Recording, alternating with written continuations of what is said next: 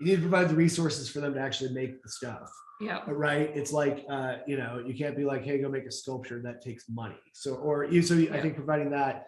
Have you guys, as your organization, Abby, ever tried like prefab art projects? So like, Shay, you want to explain the zine thing? Because that kind of sounds like your jam. Yeah. So we do zines in order to try and curate some sort of conversation about topics that are really people hard. who are like, don't know what that is. All this stuff is a zine. Not gonna tell you. So basically, a zine is you take a pile of magazines and you cut them all up and you cut out all the pictures and then you paste it in like a scrapbook and make your own magazine essentially. So it's collages. Yeah, we have a couple of examples here, but basically they're collages that kind of help to explain topics that aren't so easy to talk about.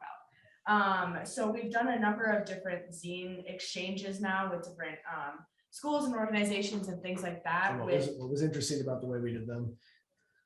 I don't know, this is a trick question. So what makes them unique for us is that we our students who come from a small university that doesn't get much exposure to the outside world.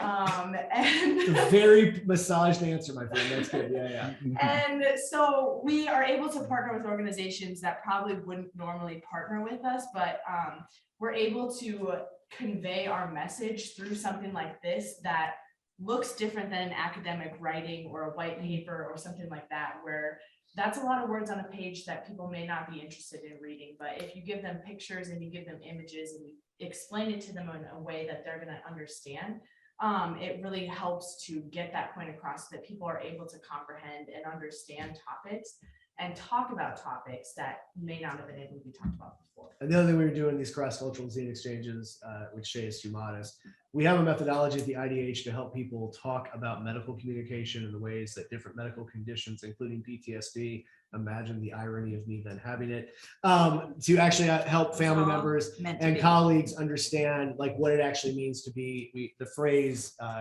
in me and Katie and Ben's weird nerd corner is like narratively unreliable. It doesn't mean you're a liar. It just means that something in your cognitive processes make it hard for you to understand information or convey information. That actually is in the sexual assault field too. Yeah. So one of the things that, so I guess, Abby, throw it back to you. Have your orgs as an arts org, have you guys had much success with these kind of like prefab's not the right word, but it's kind of like you're giving them a framework so they can plug in their story is what I'm trying to say.